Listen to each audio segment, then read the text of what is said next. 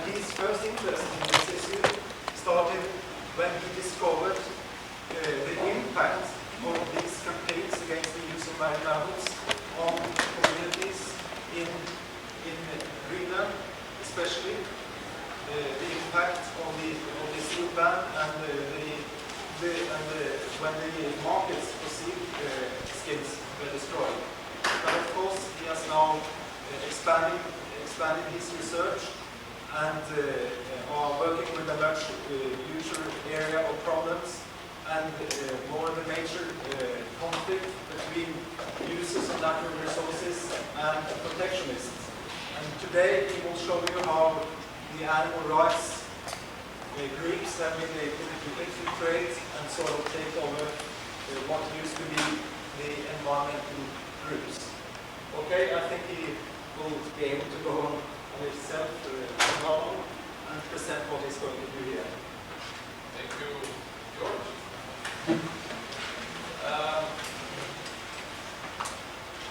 I have been invited here by the High North Alliance to present my work.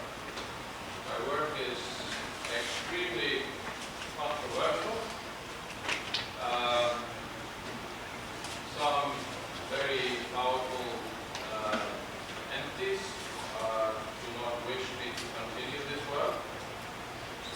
Some groups have actively tried to shut me up to make sure that I cannot continue this research. As George told you, my interest in this subject developed from a visit I had in Greenland in 1985, where I saw the devastation of the economy, the devastation of the social structure of the country because of campaigns by international environmental groups against the traditional hunts of seals in the North Atlantic. And later on, these campaigns developed into my own area, against my own country, and all the neighboring countries in the area. I recognize some of the faces in here. I know some of you people are a part of those campaigns and you support those campaigns. But I don't think that you realize the damage you've done by this campaign. I have been to a small island in the Bering Sea, between Alaska and the Russian Siberia. The biggest construction on this island was the graveyard. The graveyard was facing the town, and most of the crosses in that graveyard were from suicide victims in the village. I interviewed the priest and asked him what happened. How can this happen? Like the young people in this village are taking their lives. He said what Russian imperialists and American imperialists did not manage to do in 200 years. Greenpeace, Humane Society, Monitor, and a couple of other groups managed to do in 5, to destroy the will of life of these people. In this particular village, it's inhabited by natives called Aleuts. In the local language, in their native language, they don't even have a concept for suicide. For 10,000 years, these people have been living in the area and they have never taken their own life because they don't have a word describing the concept of suicide. But now it's become epidemic. And the reason is animal rights campaigns against these innocent people who have done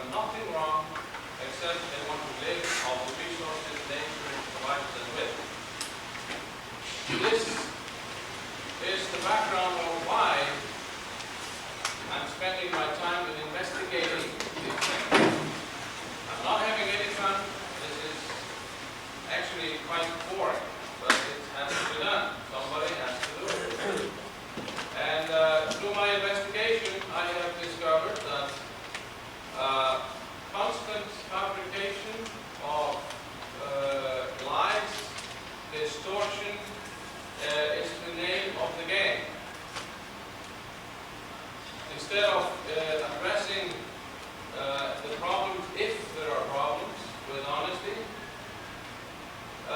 evidence are fabricated that the people who are living off nature are barbarians, evil, savage of all kinds, and that, of course, they enjoy immensely killing animals and torturing them in the most horrible ways. And I want to show you part of my film.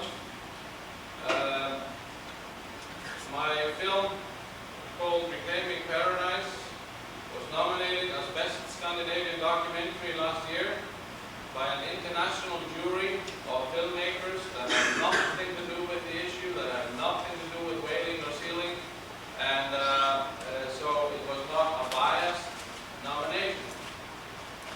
I had the opportunity to work on another film that same year with the Danish National Television, Channel 2. And I will show you a piece of that film. The research team discovered that this film particularly focuses on the activities of Greenpeace. It was not my choice, it was the Danish television choice actually. And the research team discovered that this organization has been constantly manipulating, fabricating evidence, manipulating its followers, supporters, and manipulating the Iwc in particular. There is an interview with the founder of Greenpeace, the man who started the organization, because one time this organization was started to become a truthful, honest environmental group. But it turned out to be something else as time went by. And we have the name of the founder. Bennett Metcalf. You will see him here. And you will see his comments on what he created.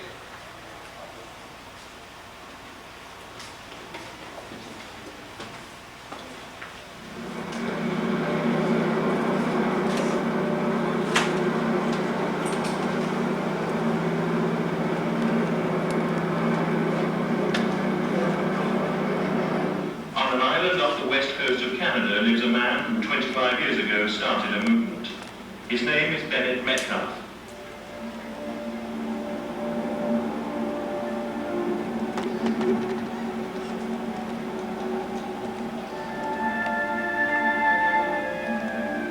He never imagined that the movement would eventually span the globe. He never imagined it would have a turnover running into the hundreds of millions of dollars.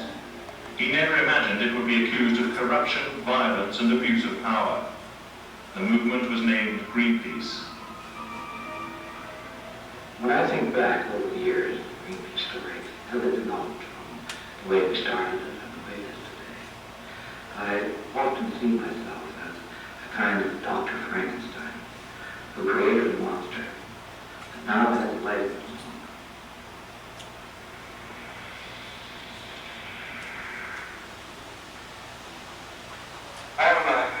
I'm quite against that interference into other cultures, which are native cultures and natural cultures, and have their own way of evolving and changing on their own time and in their own schedule. To interfere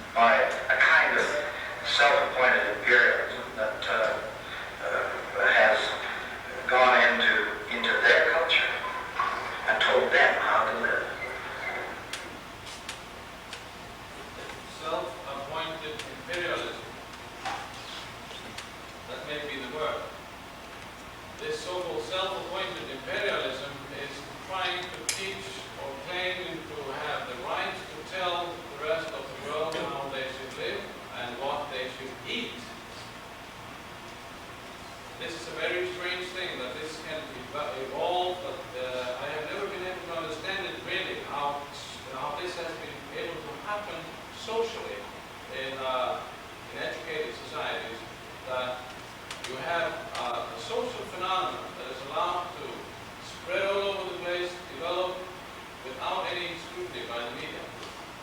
And the media follows and supports these groups, and media is willing to fabricate these groups or carry on the fabrication of these groups' evidence. I mentioned that the research team from the Danish television discovered some serious things happening around the IWC.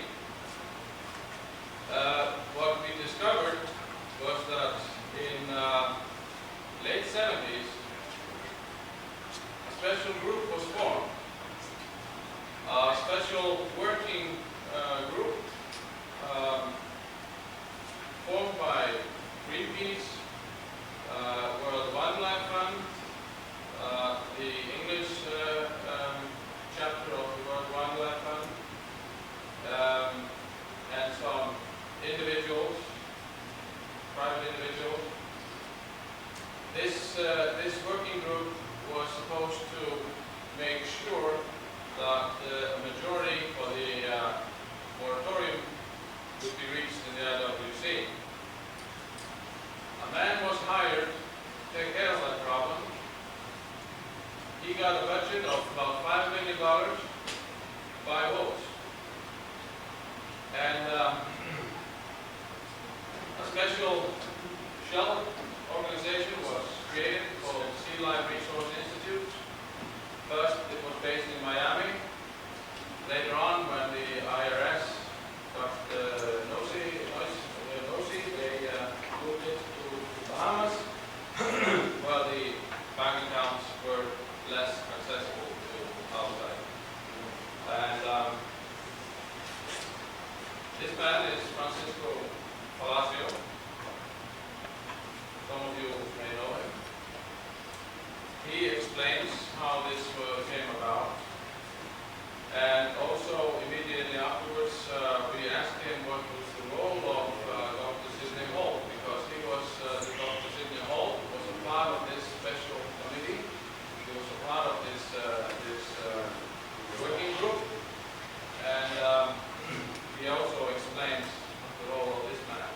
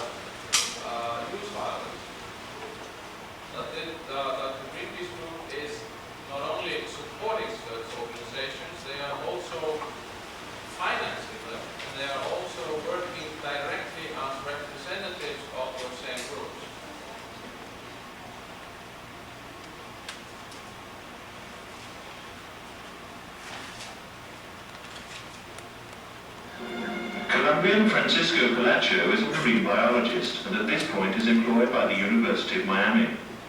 He has many contacts among politicians and civil servants in the Caribbean and Central America. In 1978, Palacio was introduced to Greenpeace and David McTaggart. Most people don't have as strong personality as he has, and the historical influence. David is very dynamic, he's very charismatic, and a very exciting individual. Palacio is employed as a kind of consultant. He receives his orders from London, where Greenpeace and the World Wildlife Fund have formed a steering committee.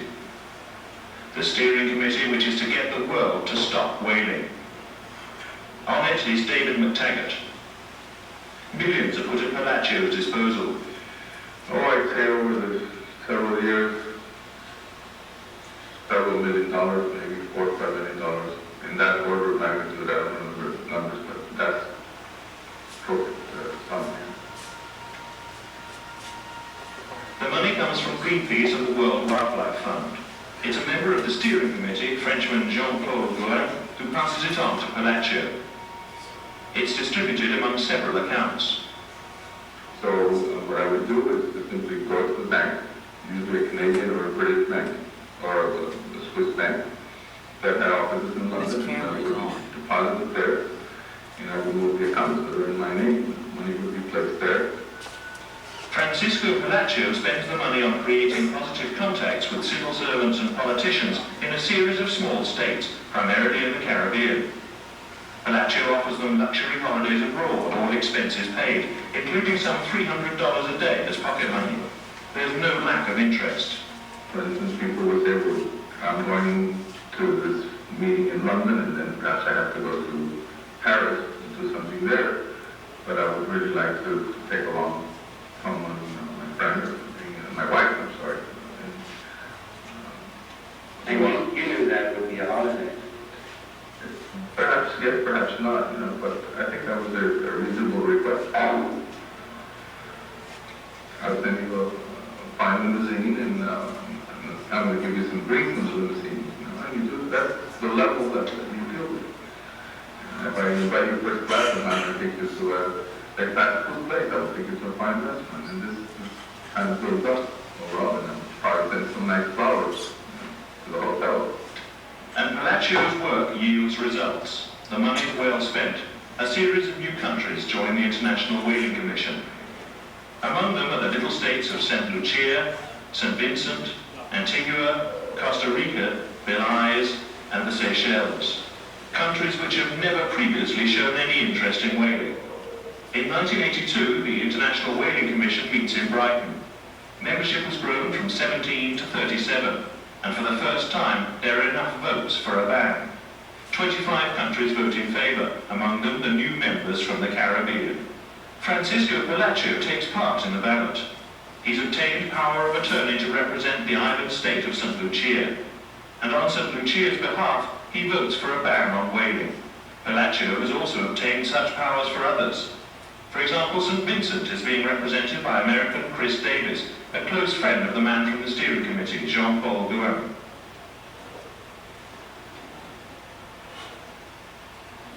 Do you know Dr. Sidney Holt? Yes, Dr. Holt. I know him since I was a young student of fishery science. He wrote a very famous first book on the population dynamics, Beverton and Holt. Who does he work for? He has worked for various organizations, and at one time he was being paid by Greenpeace. And recently he worked for me when I was director for the International Fund for Animal Welfare. And to my knowledge, he's still a direct employee of IFAW, International Fund for Animal Welfare, and to work on marine mammals or IWC issues. What was the specific role of Dr. Sidney Holt? Dr. Holt and I contributed not only to the science itself, but in the preparation of the report of the scientific committee to make sure that the wording reflected those areas of different views in one way or the other. When you have 20 people saying one thing, it's always good to have one view in the record that you don't agree with. Actually, what is being said here is that there are some scientists that are specifically hired to interrupt the work of the scientific committee of the IWC. And I don't care, but it's the question of truthfulness here. And if he was responsible media, responsible journalist, want to probe into this, you should check who is paying whom and who has vested interests in those matters. The scientists from the high north region, from the whaling countries, they are always accused of having vested interests because they work for the governments in these countries, indirectly because all these institutions are under government budget. these scientists do not have vested interest in whaling as such. They're just scientists hired to do a job by the marine biology institutes they work for. But obviously there are some scientists here that are specially paid by those interests to make most of the money from whaling. The whalers don't make any money on whales, it's the greenies that do. That they are specifically paid to interrupt the work of the International Whaling Commission scientific committee. So it's up to you to carry that on and ask these people what they really do for a living. Who pays you? Pays me. Yeah. I'm paid to come here. I'm invited by the High North Alliance, and they pay my ticket, they pay my hotel. So you're just as compromised as what you're saying I am? No, I'm not, because this is, I'm a journalist. You're not a journalist and you're being paid by him. Excuse me, could you please... It's okay, I'll answer that question, there's no problem. But you know, you are allowed to answer questions afterwards. Okay. So if you could please wait, I would appreciate that. Sorry. Well, I can answer that question immediately. I'm not paid by the High North Alliance, but it's very natural that the High North Alliance wants to know what I have discovered, and it's natural that they want this information to be carried out to other media. And I have no objection to that whatsoever. But I finance my own work through my company, which is a filmmaking company. We produce all kinds of films, even commercial. But Can we have the name of your company? Mega Film. Listen, there will be, you will be allowed to answer questions afterward, but I would appreciate if you don't try to interrupt the press conference. Then I will have to ask you to leave. You are allowed to ask questions afterward. That's okay, don't worry about it. I will show you now the interview we had with the present chairman of Greenpeace International, confronting her name is Uta Belli. We were asking her about the relationship with a terrorist organization called Earth First. Earth First is a regular terrorist organization. They use bombing and spiking trees and so on. They are, at least they are very violent. First, he refuses any connection. But you see how it turns out. In the more than 20 years in which we have been operating, we have never used violence as a tactic, and any group which has cooperated with us on occasions has not used violence either, has subscribed to the same principles when they were working together with us.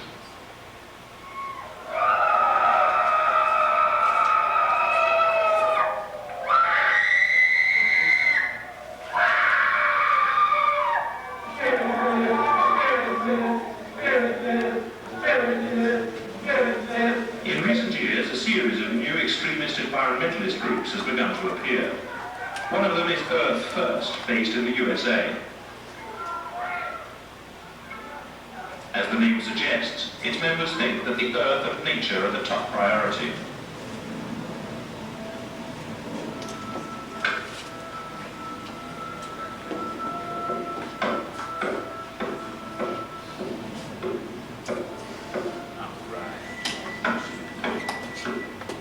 Earth First carries out what it calls tree spiking, hammering steel nails into big trees to make it deadly dangerous to use power saws on them.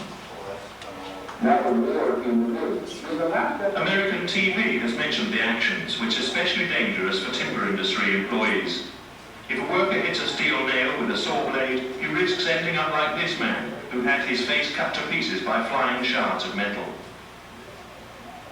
An ill-deluded forester tries to get demonstrators from Earth First to stop an action.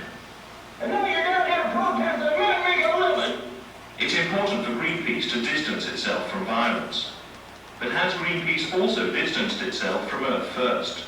This principle of non-violence is very important to us, and we do not cooperate with groups who are not adhering to the principle.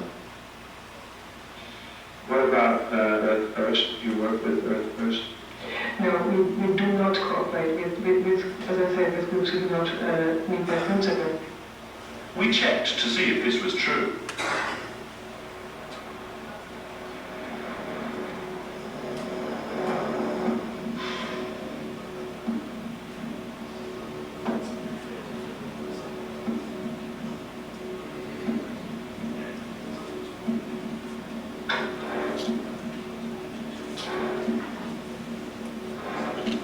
Earth First is not in a phone book. They have no office or address. The organization operates as an underground movement. We traced one of its leaders to San Francisco.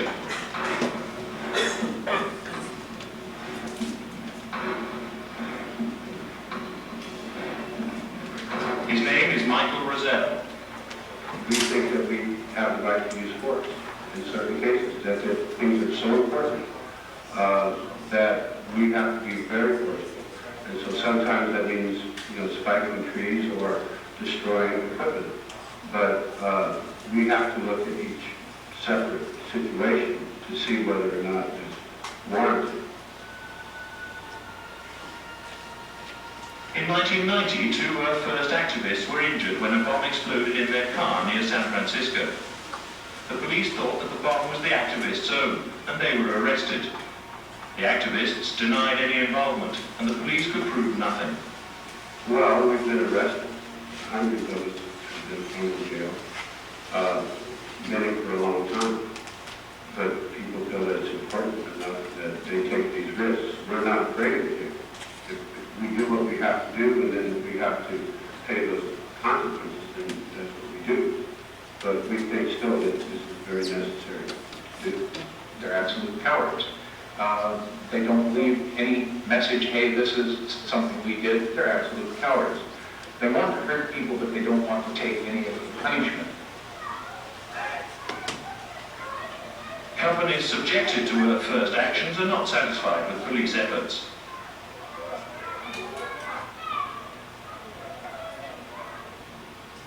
They have given this man the job of infiltrating the movement. I'm a licensed private investigator. I was approached by several members of several different organizations, primarily the timber industry, ranching, and mining, that had been victims of Earth First. And they asked me if there's anything I could do as far as investigating criminal acts that had been directed toward them. Barry Clausen turned up to demonstrate for Earth First in Seattle. He grew his hair and beard and was recruited as an activist. He has helped destroy timber industry helicopters. He views the activists from Earth First as extremely dangerous. On a scale of 1 to 10, I'd put them on a 10. And I think that they would look like the annihilation.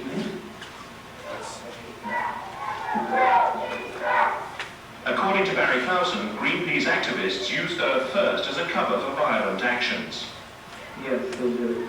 Probably half of the people I was involved with also work for Greenpeace, the Greenpeace office in Seattle. Half the people that work for Earth First also work for Greenpeace. How can that be? I don't know. I'm asking you. I have no knowledge about that. Greenpeace and Earth First have also carried out campaigns together. These pictures show as much, taken by an Earth First photographer during an action against the import of timber from the rainforest. We showed Utabellion the press release from this action. Yeah. Tomorrow, a non-violent blockade of the cargo ships on the superstars. But, I mean, these press releases and the pictures, they show that Greenpeace and Earth First do work together. Then.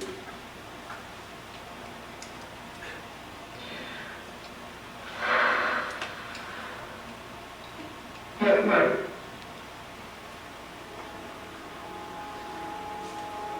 Greenpeace also gives money to Earth First, said Barry Clausen. We receive contributions through different people that work for Greenpeace in Seattle. And I know they work for Greenpeace because I had been in their offices. This letter was written by the two Earth First activists whose car blew up. They thanked Greenpeace for helping them with their legal fees. Utabellion explains that this was an exception. We have on very specific matters where we have exactly the same goals, where we on that matter subscribe to the same principles, have a joint activity. Greenpeace and Earth First also share a database network. Printouts from the network show they're in ongoing contact. Mike Rosell, who worked for Greenpeace as a campaign leader, confirms the collaboration. They've been very helpful in many of the campaigns that we worked on.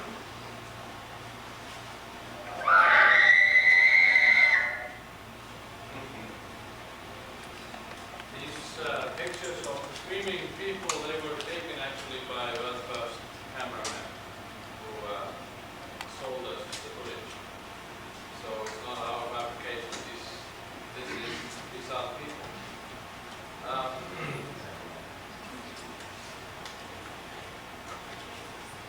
It's quite a disturbing situation when you have such a influential group with so much money as Greenpeace, and which has the facade of not using violence, not condoning violence, but they are in fact supporting it through some side organizations which either are created by the Greenpeace organization or are financed by that group. We have much further evidence of this fact. I have a lot of documentation showing the ongoing collaboration between Greenpeace and Earth First. And just recently, Barry Clausen, this private investigator, he told me of a very peculiar phone call he had received some days ago. And he recorded this phone call, so it's on record. Someone called him, introduced himself being from Greenpeace International, and instead of debating the claims Barry Clausen was coming forward with, Barry Clausen was asked how much it would take for him to withdraw these claims if they spill. How much it would cost. And he refuses to cooperate.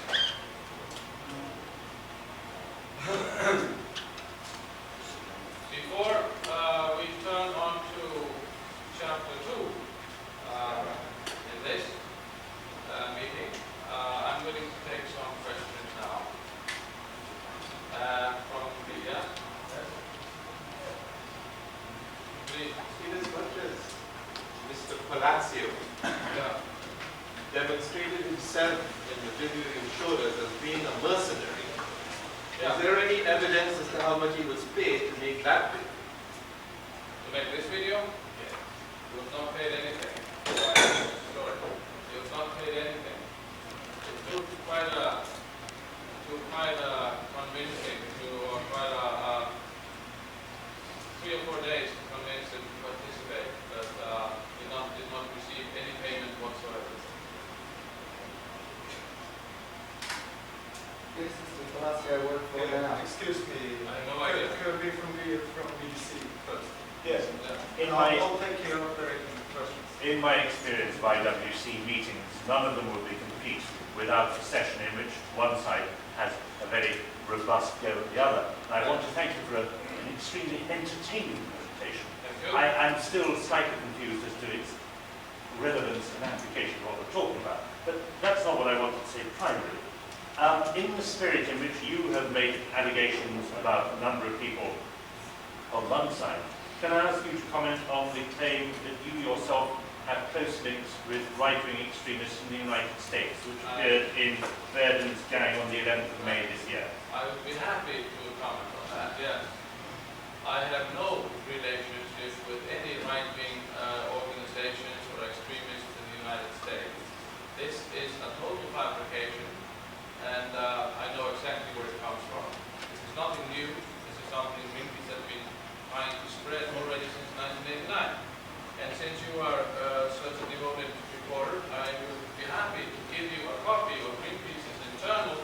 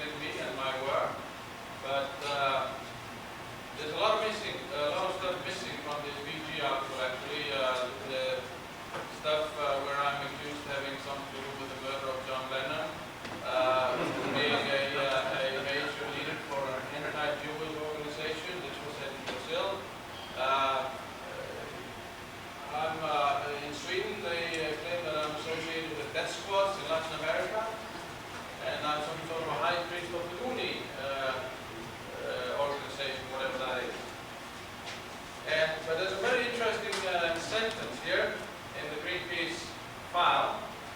This file is actually named What to Do About Magnets. It's an internal file which I got from an individual who had access to Greenpeace International internal file. This person figured that this was going too far. One sentence here says, it's apparent that Williamson just doesn't go away by himself. Then there is a proposal on how to remove Williamson. This proposal has been approved by Steve Sawyer. You can try to find out what kind of proposal that is. But the wording is definitely, at least, hostile. I would like you to present yourself when you ask the questions and tell us which media you use. This, I can go on a little bit further. This attempt for character assassination by spreading all sorts of lies about me as an individual, it's very interesting because the issue I'm addressing, the facts that I'm focusing on, are not addressed.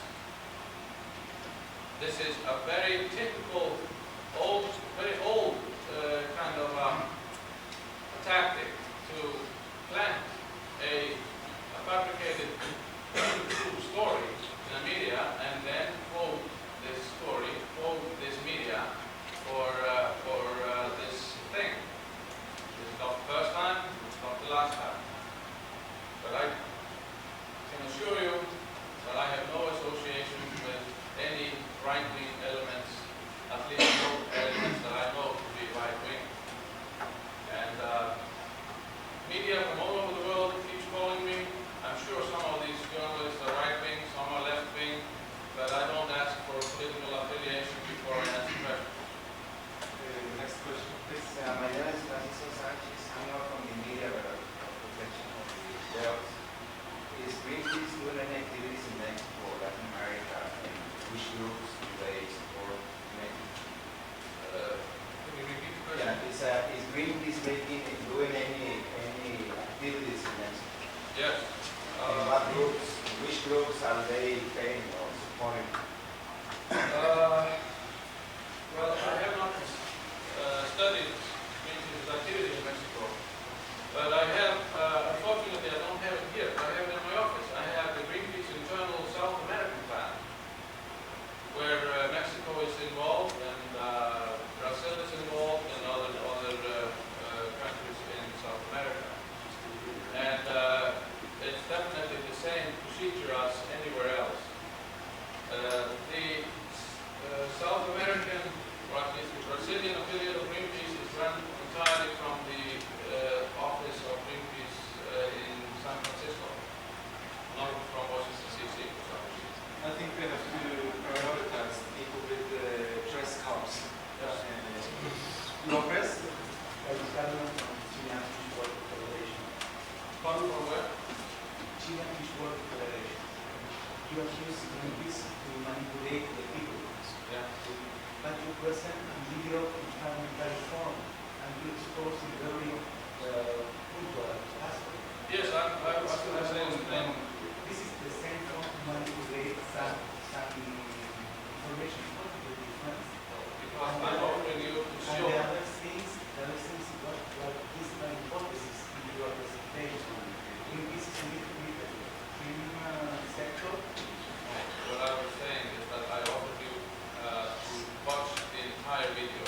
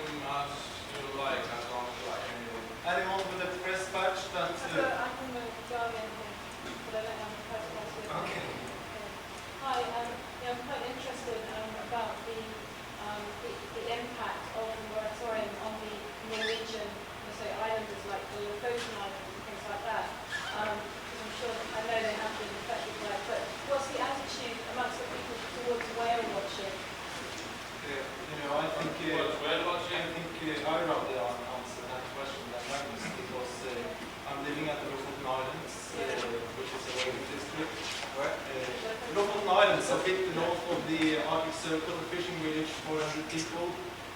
We are indeed interested in whale watching. I've been working with tourist development myself, and we try to set up a whale watching operation. But in the Milky Way, it's very difficult to spot. We have to have cold weather, so the regularity isn't really that. So we have to drop that one. Then we have a lot of curios that we can't make appointments with them. They are sort of the gypsies of the sea. And then at Atlantis, further north, you have a whale watching operation. But the problem there is that there is one boat hired. It's not enough tourists. Now it's set up a competition operation to this one, and the two are fighting, and the first one says that there is not enough tourists. So this is how long we have gotten this one. But of course we're interested in developing this further. I can answer this about Iceland. I'm not against whaling myself, but I of course know what's going on. On the west coast of Iceland, where most of the tourists come, which is part of the capital city, Reykjavik station, it takes about 12 to 15 hours to sail up to the areas on the ocean where the birds are. And in this area of the world, the seas are not normally very calm, so the tourists will probably be pretty seasick before they get to see I anything. think this is maybe kind of a sidetrack, and we could be glad to answer these questions after. So Okay. More questions? Yes? Please. I am from the Mexican Action Network on Free Trade. It's very interesting your film, but why we must to believe you if from Mexico we know that your company have a very close relationship with Lino LaRouche. Lino LaRouche. You know that? Lino LaRouche, well, from the press in Mexico, we know. Lino LaRouche have a very great intervention in Mexico against the people from Chiapas, against the partisans in Chiapas. Why we can't believe you in your fight against imperialism and manipulation? If the relationship between yours, it is through the press, as we know, yeah, it's total different. But could I first ask you to give some details on what sort of What relationship do I have with Lino LaRouche? Do you know that? We know through the press, repeat, that the 21st century science and technology was founded by Lino LaRouche in the world. Yeah, but what do I have to do with 21st century science and Lino LaRouche? He founded it in 1987. My company? Well, this is the information in the Mexican press. Yeah, and this is exactly what I was telling you. I don't know this Lino LaRouche. I had never heard of him until Greenpeace started mentioning his name and mine together. This happened for the first time in San Diego, 1989. I spoke to, at that time, the chairman of Greenpeace Denmark, Michael Gilling Nielsen. He was standing at the bar at the hotel in San Diego, and I asked him, why are you bringing up this man since you know this is a total lie? I have never met this man, I have nothing to do with this man. Who is this man? And he said, well, you know that you don't have any association. We know that you don't, but the rest of the world doesn't, so we're going to use him. And they have used him repeatedly ever since. And they were witnesses to this conversation, so I can prove this conversation took place. And the thing is, I have never, ever had any association with this Lino LaRouche. I don't know him. I have no association with this organization either. And this is a fabrication, this is exactly the same fabrication the gentleman from the BBC was referring to. And if you can come up with any evidence that there is an association, please do so. Please. Because this is a fabrication by Greenpeace. They are fighting back. I was quoting their own internal document that it is necessary to discredit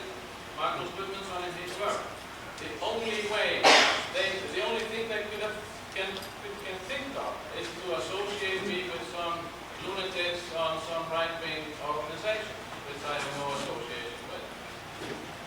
And so, this is my answer. More questions? Yes, I'm an independent journalist based in England, and we're doing a story on whaling for Focus in Germany, L'Express in France, and the Sunday Telegraph. One of the questions I have to you is, what has Greenpeace got to do with the IWC? Why is it that this press conference is only against Greenpeace? I mean, It's not. It's about my work. Greenpeace has a lot to do with the IWC. Greenpeace has been manipulating the IWC for many years. But they have got no It's voting been the power. major pressure group in the IWC. If you're studying the whaling issue, you should know that by now, that Greenpeace is a major player. Why is it that it's the only thing you mentioned against Greenpeace? This is the IWC. If you want to take the fight against Greenpeace, okay, this is one of the places to come and hit. I'm not a member of Greenpeace, I'm not a member of any group, I'm just surprised. Here, it's a meeting about whaling for or against whatever. No, and what we hear is a fight you against must have Greenpeace. misunderstood the press release. It's not. Well, it's all that If you're a member of the press, I think the press release was about my work, not the IWC, not about whaling whatsoever. It's about my work, what I have discovered in my investigative journalism. I think it's necessary to explain, it's the Arm of Alliance that have set up this press conference. And I want to tell you why, and why I want to present the work of Gudmundsson. As Gudmundsson have shown you, the moratorium that is still in place, this moratorium, they were able to gain it through what I would call buying votes, by giving grease money to people from a lot of small countries. And this is what has been proved here. Palacio was part of it, McTaggart was part of it. So this is of course very, very important to the development of this organization and the situation we have here today. Can I ask why you're not investigating the allegations of corruption in Caribbean nations and South Pacific nations by Japan, particularly investigative journalists? Why doesn't he turn his cameras upon Japan buying the vote in the Caribbean? Same sort of thing. It's a good cause for independent journalists. Can you phrase this as a question or as a statement? Why are you one-sided and you're going back to the past, these allegations which you say buying the vote in the past? Do you have an example? Allegations made by journalists within this very room here of Japan buying the vote in the Caribbean, in particular Dominica, St. Vincent, St. Lucia and Grenada. Why haven't your cameras, your investigative skills been turned on that buy for the vote by Japan in those countries? Tell me, since you know all about this, you would enlighten me, how is Japan buying these votes? With what method? They've been going into those countries and buying fish processing plants in Dominica to pay $5 million for a fish processing plant in Rousseau, one of the four waters there. They've gone to St. Lucia, done exactly the same thing. Rick Wayne from the Star newspaper in St. Lucia, if you want his telephone number, I'll give it to you afterwards. In Grenada, it's a similar thing. Just a moment, are these people buying the fish processing plants? Japan's come in and said, we will build What part of Japan? Is it the government of Japan or is it the fishing industry? Fisheries Agency, who's represented here and we're pushing for whaling. The fisheries agency or companies in fishing? Fishing Agency of Japan is building huge fish processing plants in those four islands. The government? The government. The Fishing Agency of Japan. Mr. Nakamura? If you've done your research, you would know that the Fishing Agency is Excuse me, Mr. Bradbury, you have come here to deliver your message. I think you should set up a press conference on your own to do that. I know your work, and I want to ask you a question on how. Well, I can address at least one of the statements made by this man. Excuse me, Mr. Bradbury, can I ask you, did you take part in setting up this demonstration outside here yesterday? No, no demonstration stuff by you. Have nothing to do with that. That's okay. Joe, please. I think Mr. Nakamura was going to give an answer about the fishing plants. Mr. Nakamura was going to give an answer about the fishing plants, I believe. You asked him to. Yes, okay, but I'm a bit afraid that this is now developing into some kind of debate. So if you could please try to ask short Let's get all the information on the table. If you're a member of the press,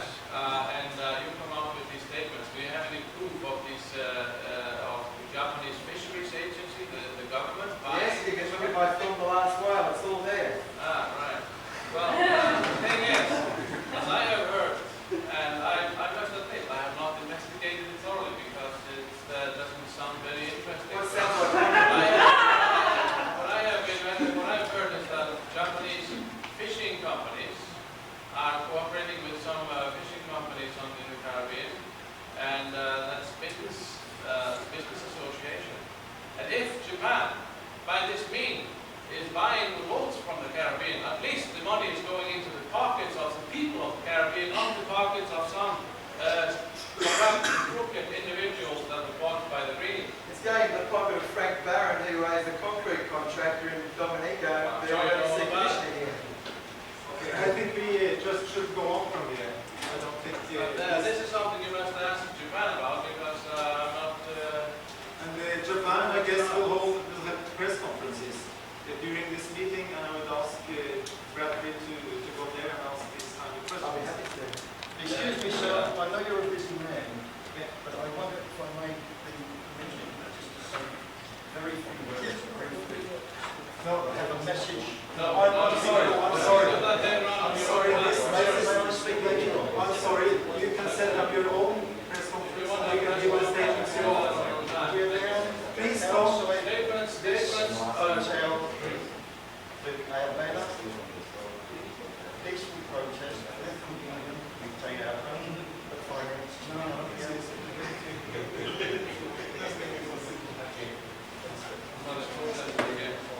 So you don't want to hear the message from the people of England and the people of Norway? Yes, the people of England set up your own press conference. But we're down at the front with Alabama. I'm not a part of the people of Norway, so please. Okay, so let's go on from here.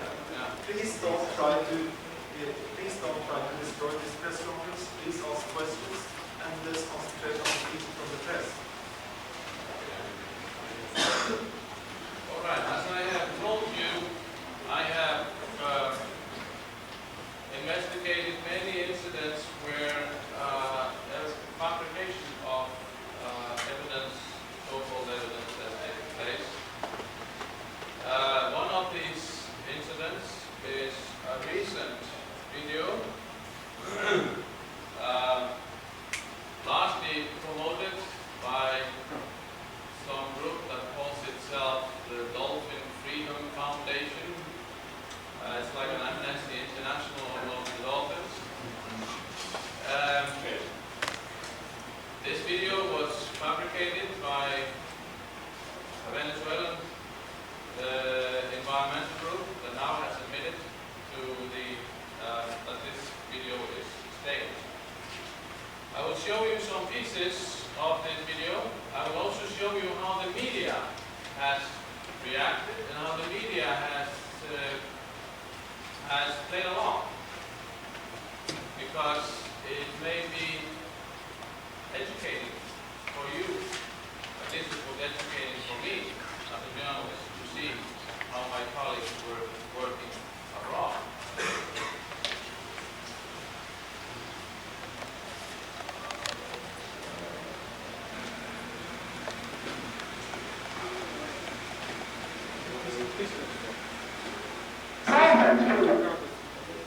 First of all, you will see some clippings from American TV stations and telling about this horrible slaughter of dolphins in Venezuela.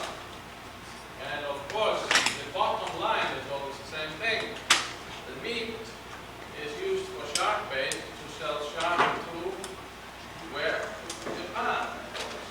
The bad, ugly Japanese people are eating sharks as well as whales. Just before you start, who produced the video? The video was produced by a group called Bioma in Venezuela. How do you spell it?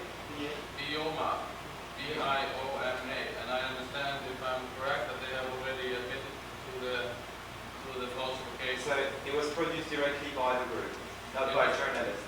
No, not a journalist. And it was produced by at that time, the director of this organization in Venezuela. But the journalists jumped on the issue. They love it. The coast of Venezuela. What you've seen so far is sad. What's next is sickening. Routine slaughter of dolphins by local Venezuelan fishermen. Dolphins, but they're being hunted down and literally slaughtered. Today, the fishermen are out. And once again,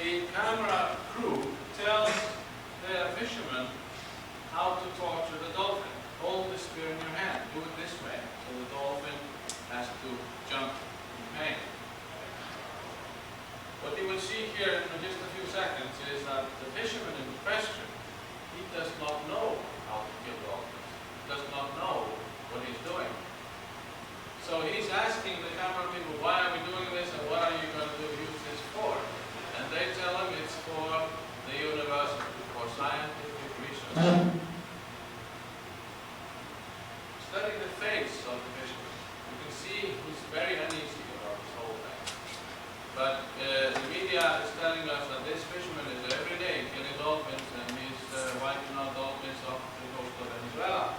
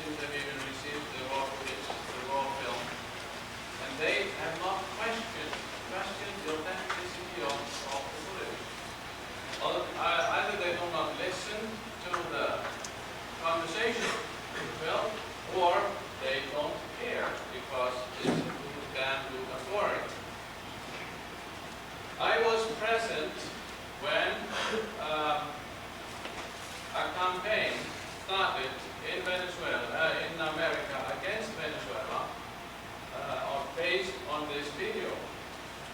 The man behind those campaigns is standing in the corner there, Russ Rector. President of the Dolphin Freedom Foundation. Yeah, I'm sure. And I have the real video here and proof. Documents from the Venezuelan government that the Ministry of Fishery has known about dolphins being killed in Venezuela since 1970. This was 10 months after the video was shot. 5 dolphins slaughtered on the beach at Puerto Muerto de Santo. 5 dolphins 10 months after the video. Anybody would like to see the original video, I'll be glad to show it to you. I have documents that will prove. Let me ask you, Magnuson. Let me ask you, Magnuson. Are you saying that dolphins aren't being killed in Venezuela, or are you saying that the tape is fake? One or the other. Please don't touch me. No, I'm sorry. My name has been mentioned in this press conference. I am part of this press conference, and I will be here. I'm not finished. You'll have your time just a moment. Well, you brought my name up. Let's look at pictures here. Let's look at documents, Magnuson. Let's look at the truth, Magnuson. I have watched the documents you're presenting, and they're full of shit. No, they're not. I will present to anyone here, the press conference, documents from Venezuelan files. I will also tell you how the actual campaign against Venezuela was. The day the video was shot, there were 12 carcasses on the beach. 12 skeletons. Are you going to rule the world with the unquietness? This is restructuring. You brought my name up. I just want to show you, and after that, I will make it all available to the press afterwards. I will sit down, you finish your talk, and I will show the people the truth when you finish. By the way, folks, I have one of the harpoons here from Venezuela. One of the harpoons. I'll show it to you later. What's the matter? You don't like the truth over there, madam? You obviously don't like the truth. Okay. I have the truth here, sir. Would you like to see it? I'll be careful not to mention the name of this gentleman again, because that's previously law.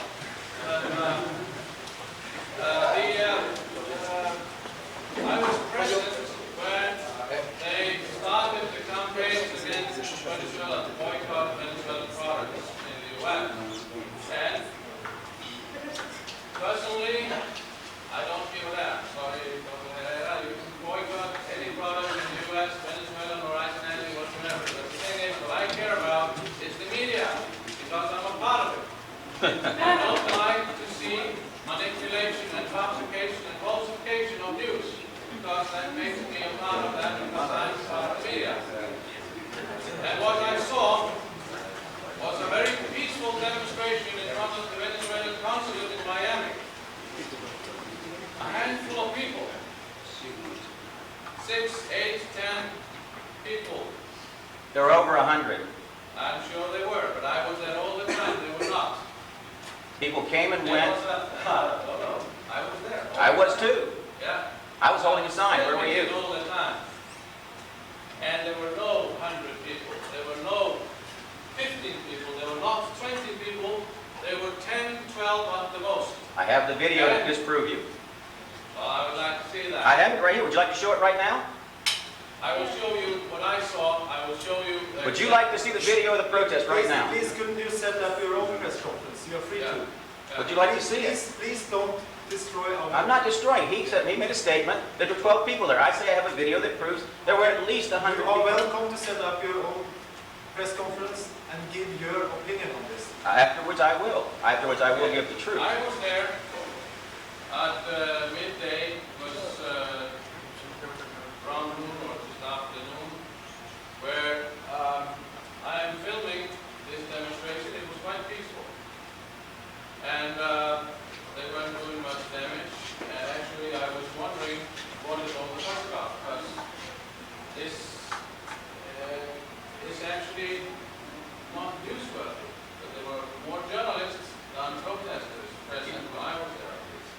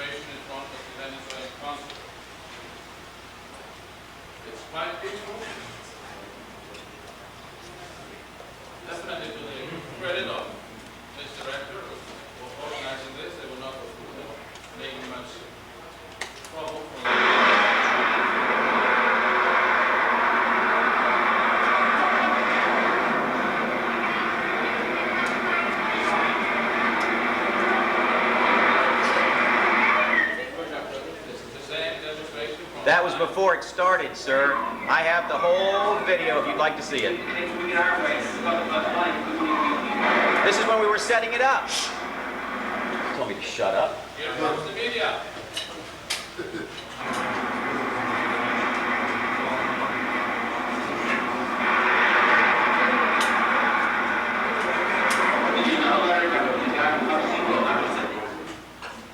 If this is when they were setting it up, why is then the report from the journalist, from the reporter of CBS, why is it saying that at this time when they were setting it up, why didn't you say they're setting up a protest, it may be interesting or it may not be?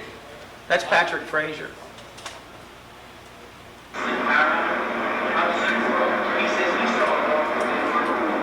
loud and angry demonstration in downtown Miami over dolphins being slaughtered on the beaches of Venezuela.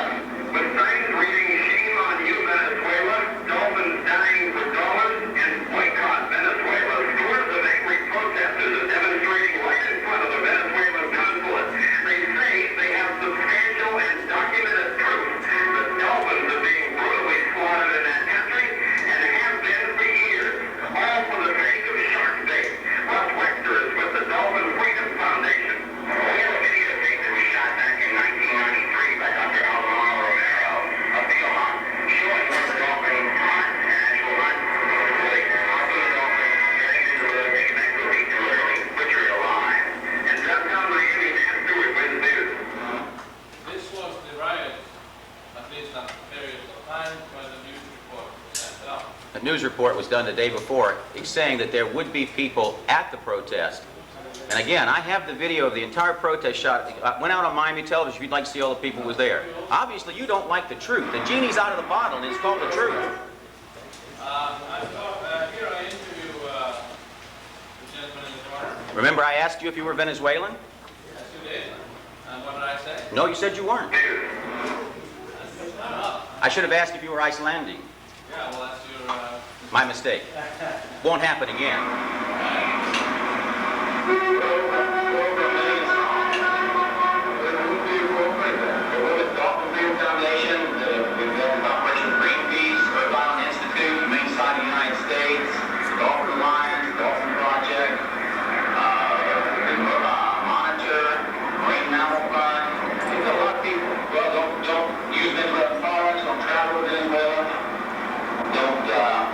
Shop at any businesses that do business with Venezuela.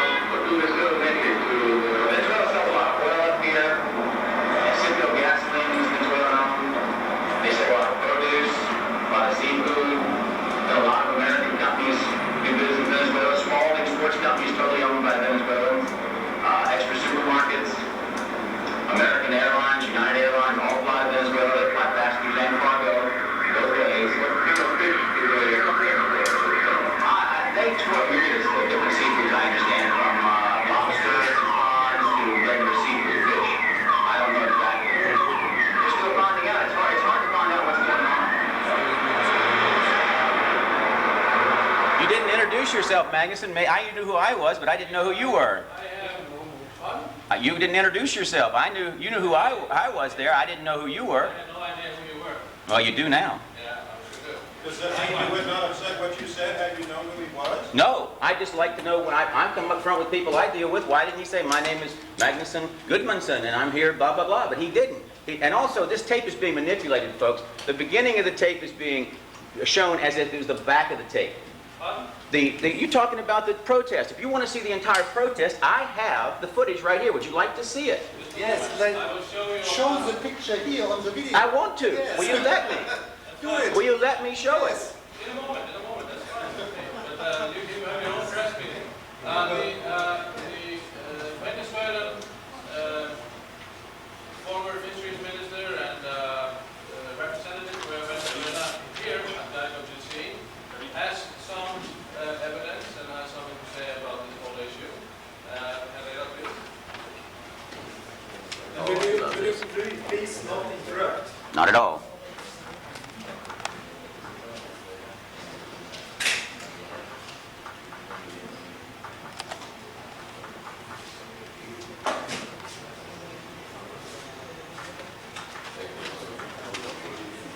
Good morning.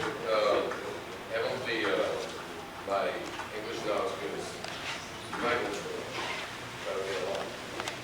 On May 1993, the Venezuelan chief media was shot on a conference, press conference given by Alemano Romero, allegedly having filmed a video proving that a Venezuelan fisherman, artisanal fisherman, killed between 10,000 and 40,000 dolphins a year for shark bait and for human consumption.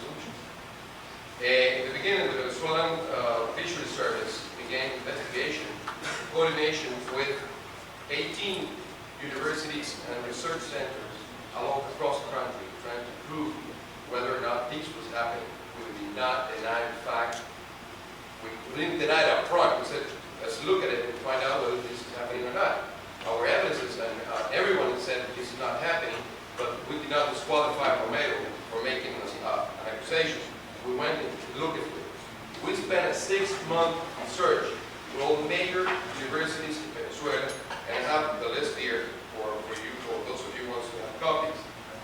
With all the major scientists, well-known in the international fisheries media, persons who have a trajectory in this area, they all denied it.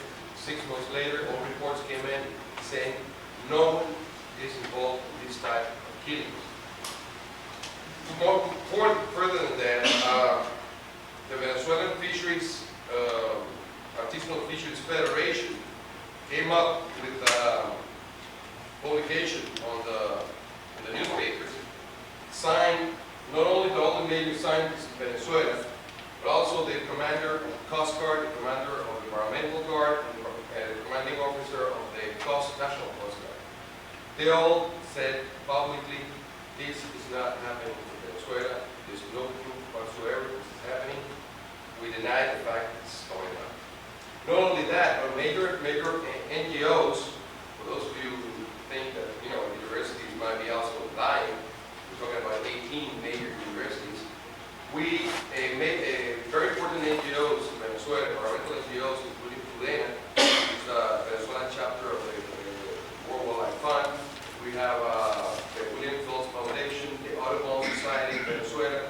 All these organizations launched an investigation of their own to prove it whether or not this was happening.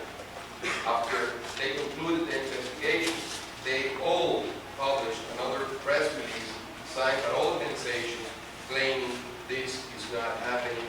We should prosecute Alemano Romero for lying to the world about something that is happening.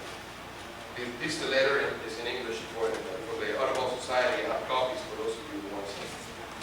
Then Mr. Romero, allegedly, as Russ Rector points out, he says that he has proof that this is happening since 1970. Since 1970, Romero claims as his proof from this happening are only 4 pieces of evidence that this is happening. For something that's been going on for 30 years, I mean, there should be more than 4 pieces of evidence to prove that this is happening. However, I'll proceed to disqualify those 4 evidence. First of all, he claims that a Japanese expert who worked in Venezuela in the 1970s published under FAO publication saying in Spanish that fishermen use fish for shark bait such as caballa, cachorreta, and dolphin. Now, for those of you who live in Florida or know what in the East Coast they call mahi-mahi or dorado, is a dolphin, on the West Coast they say mahi-mahi. It's not the type of fish you find in the menus in the restaurant. You see dolphin steak and you think it's dolphin, it's actually a fish. So apparently Romero didn't know that dolphins are not fish, and neither did Mihara, which is just a Japanese expert, so he doesn't know the difference between a dolphin and a fish, because he says a dolphin fish, which is dolphin fish is dorado. So Mihara, that isn't any proof at all, and was disqualified by FAO itself. The second proof is given by an international renowned Venezuelan investigator called Fernando Servigon, which, by the way, publicly denied the fact that this was happening. He published in 1975 what they call a scientific observation of having seen one man kill a dolphin or using the meat, the dolphin meat for bait. But he publicly said, this is not happening. This is only one observation I made 30 years ago. This has no validity whatsoever. The third piece of information, and by the way, Mr. Dr. Servigon publicly also signed the letter of the older fisherman, signed the letter testifying that this wasn't happening.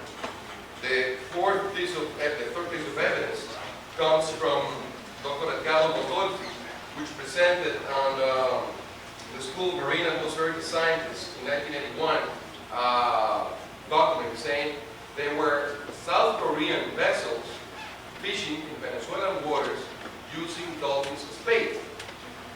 Now, as far as I know, Venezuela, we're not South Koreans. So that isn't any evidence at all that this is, they can blame it on artisanal Venezuelan fishermen for using dolphins and shark bait. The fourth piece of evidence, which is no evidence whatsoever, there are so-called some pictures and bones presented by Mr. Romero, which after you've seen the video and these guys directing this, you can always have doubts from the origin of those pictures, or where they come from. Also the bones have no valid whatsoever. I mean, it's like if you get a medicine student carrying a skeleton, you're accusing of homicide. That has no validity whatsoever. Some bones, mammal or imammal bones, have no weight whatsoever. So to round it up, these my comments on this issue. At this moment, there's no one in Venezuela out of 20 million people who's very clear that this was a stage to hurt Venezuela in certain matters, including, as Mr. Rector said, gasoline, economic pressure, and so on. Now, I guess I'll reply to any of the questions. What is being done by the government about Mr. Romero's accusation and allegations? Romero all the case was presented to the federal judge in Venezuela. The judge investigated the case for about 3 months and passed an arrest warrant to Romero. The same organization which Romero belonged, which is Bioma, asked for his resignation and publicly asked for forgiveness in a newspaper. I have also copies. That's not true. That is true. I have a copy. No, it's not. Here's a harpoon that kills dolphins in Venezuela. Dolphins are not killed in Venezuela. Here's a harpoon that was worn out, killing dolphins in Venezuela. Now, let me, Mr. Romero, one thing. You go downstairs, you have knives. Knives, you cut meat. You can also kill people with knives. Well, let me tell you, tomorrow on national TV, on our TV news magazine called American Journal, Venezuela will be exposed where the fishermen admit they kill dolphins for shark bait. You will see it on American Journal tomorrow. Here is one of the harpoons. You're ready. You invited me to that press conference in Miami and changed it. Don't touch me. Do not touch me. Do not touch me. Will you please tell him not to touch me? He can speak to me, but don't lay your hands on me. Take your hands off me. I have to tell you to leave this. I'm refusing to leave. I am part of this. I'm being trashed in this press conference, and I want to show the truth. You are allowed to hold your own press conference. Well, you're mentioning my name in the press conference. You're slamming me. You're saying a lot of bad things about people I know, and people I know are true. I will show you the truth here. Why did one of your government officials in December say dolphins are being killed in Venezuela and nobody's doing nothing about it? There it is. Oh, listen, when you get a chance to talk, you go ahead and you talk. Okay? Thank you. I appreciate it. Thank you. I appreciate you. Okay. If anybody would like to see the proof, I'll be glad to make it all available. I will show you the original tape. The tapes are terrible they have. Excuse me, sir? Would you mind shutting up? Well, I can say the same thing to you, sir. Why don't you shut up? You dolphin killer! Your whole country is killing dolphins, and you deny it. Don't touch me. Do not touch me. Do not touch me. I will make the proof available to everyone. I will show you that the dolphins are being killed. 5,000 to 10,000 dolphins a year are being slaughtered in Venezuela. You can't take the truth. I'm not leaving the room. Please leave it. No. You're destroying our press. I'm showing you the truth. No. I'm not leaving. If you don't want to take the truth, I'm sorry, but this is the truth. Magnuson, there's the truth. Yes, sir. You're going to see it on American Journal. You're going to see it on American Journal where the fisherman gives it to him. There's the proof. All right. Mr. Romero was actually asked for investigation from his organization. Are you so on Romero? Why not the Dolphins? Why are you focusing on Romero? Let's focus on the Dolphins. Do not touch me. Do not touch me. No, you don't. You're touching me. Let's keep your hands off me. No. No. I will not. This is our press conference. Will you please leave? Anybody that wants the proof? I'll show it to you after the press conference. St. John's handled the case, passed an arrest warrant, which led the government. And it's now Want to see the proof? We've got the proof.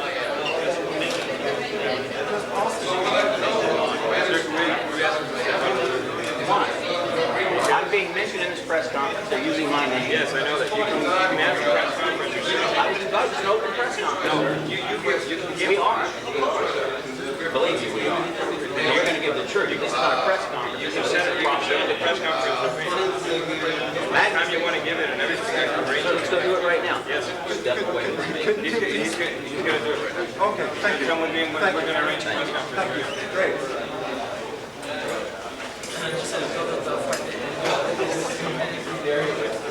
By the way, press people, I'll make you copies. I have copies of these pictures for you. They're presenting no proof to you. You can show your. Thank you, sir. I have to get my camera.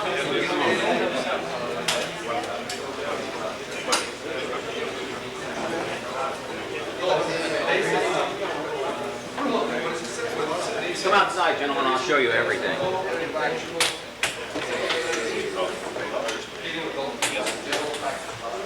There's no killing of dolphins in Venezuela, right?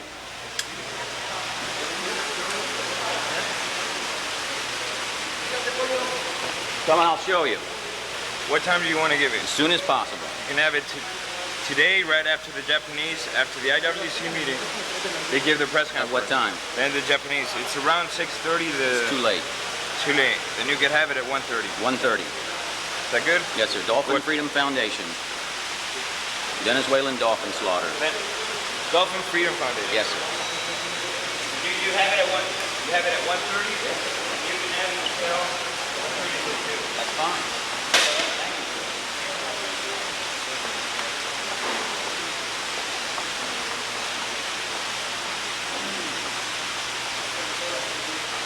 Freedom Foundation. Dolphin Freedom Foundation.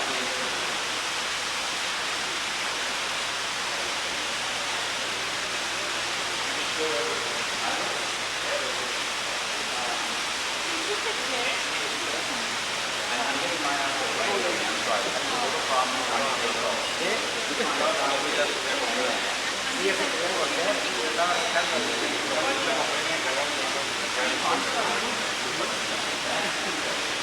Pero sí lo calmaron, ¿verdad?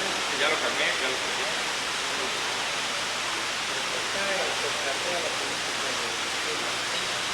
Dice que ya hay, están matando y está el representante del Ministerio de Defensa de Venezuela de Cuentas, entre ellos. Por eso ya dice que la población no muy bien, ya es lo que dice.